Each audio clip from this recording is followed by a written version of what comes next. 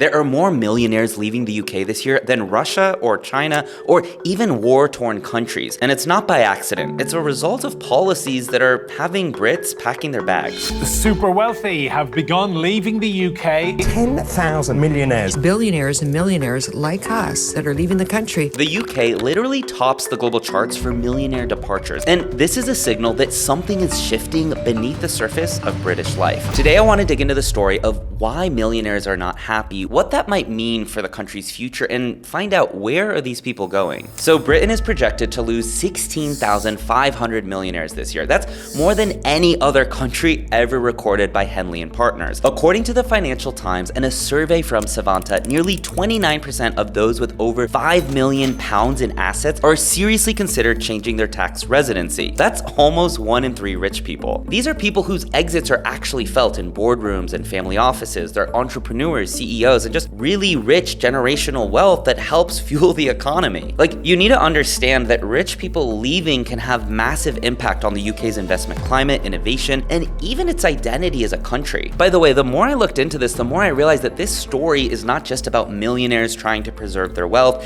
This isn't just a story about avoiding high taxes. See, a British Council study from December 2024 found that nearly 72% of 18 to 30-year-olds in the UK are open to living and working abroad, either in the short or long term. And 2/3 of that group said that their standard of living is already worse than their parents' generation. And over half cited low wages as a major factor pushing them to consider the move. So clearly people of all income are not optimistic about their country right now. But then what's actually pushing out the millionaires? These departures aren't motivated by one single policy per se, but sort of a perfect storm. Both Conservative and Labour governments have been pushing tax overhauls that are sort of freaking out wealthy families. Higher capital gains taxes, steeper inheritance taxes, and pensions now at risk, and the closure of offshore trust loopholes all are scaring a lot of people. In April 2025, the UK scrapped its controversial non-dom regime. Now, this used to let wealthy foreigners avoid paying tax on their overseas income for a fee.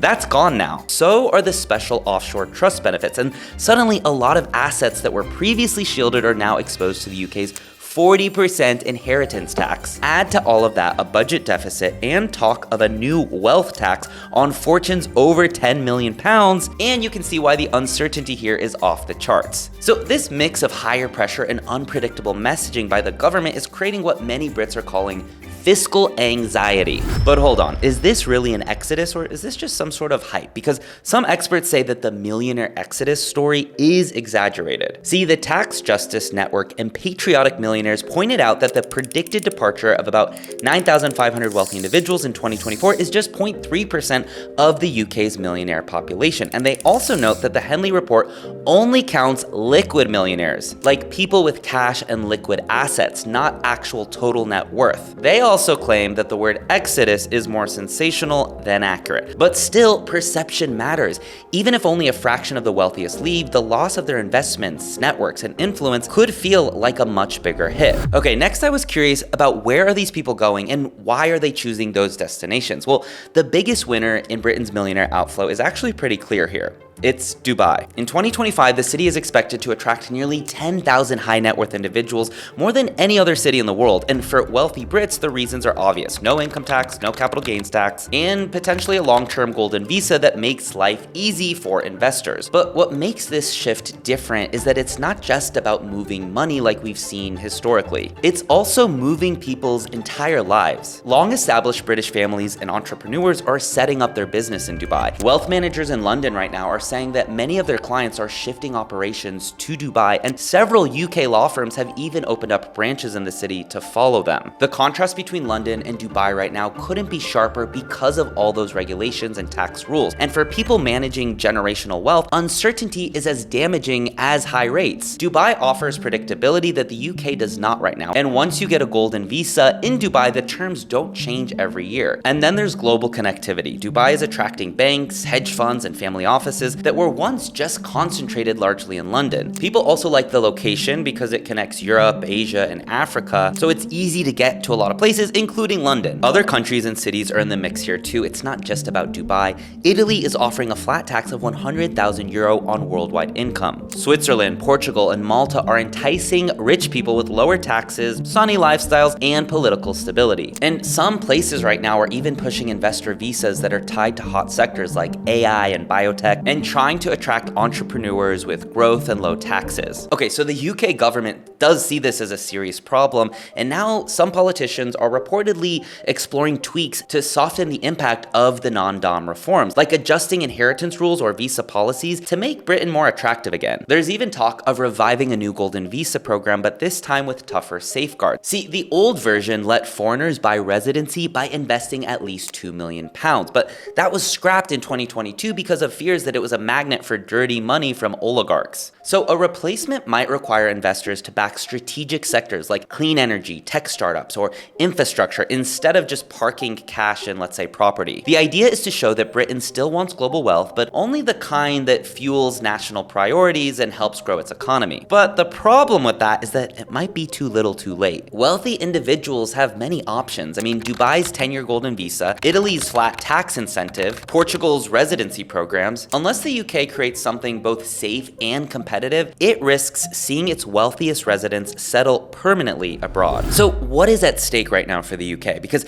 this isn't just about losing some rich people. Remember, millionaires bring capital that fuels startups, venture funds, philanthropy, and the arts. When they leave, a lot of times that money and creativity and influence leaves too. This is also a reputation issue. London has long been seen as a stable global hub for wealth. And if constant tax changes and political uncertainty change that image, then Britain risks losing a century worth of soft power and credibility in global finance. And I'm already seeing massive cracks here. I mean, London's IPO fundraising just hit a 3-decade low. Confidence is slipping. Fewer companies are choosing to list on the London Stock Exchange. There were even several high-profile UK startups that opted for New York instead. And in 2023, the total raised in London IPOs was the lowest it had been in more than 10 years. So if London can't attract listings from its own homegrown firms, is London still really a global financial hub? Okay, so earlier I gave that stat about young people not being satisfied with the UK. So yeah, it's not only the wealthy who are restless here. The UK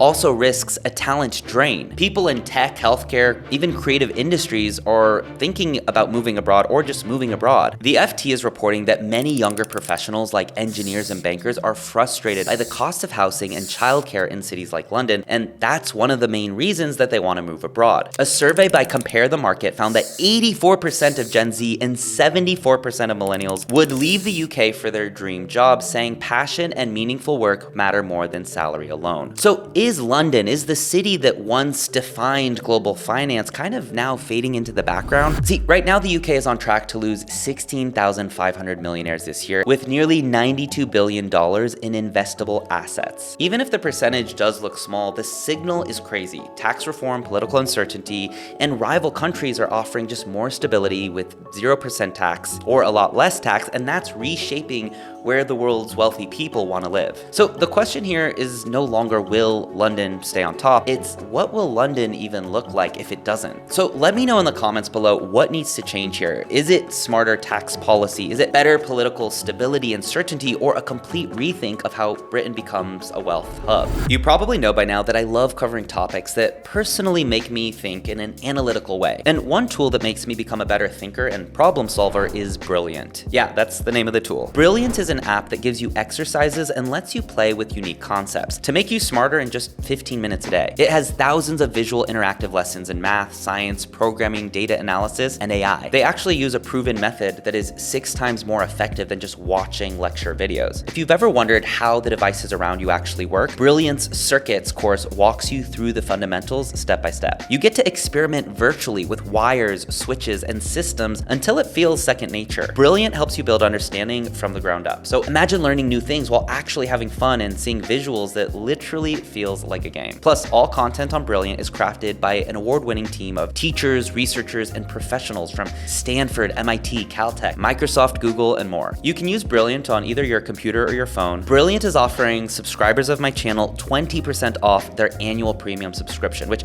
gives you unlimited daily access to everything on Brilliant. You can scan the QR code on your screen or click the link in the description below, and if you're ready to become a better thinker while supporting my channel, make sure to check Brilliant and get smarter.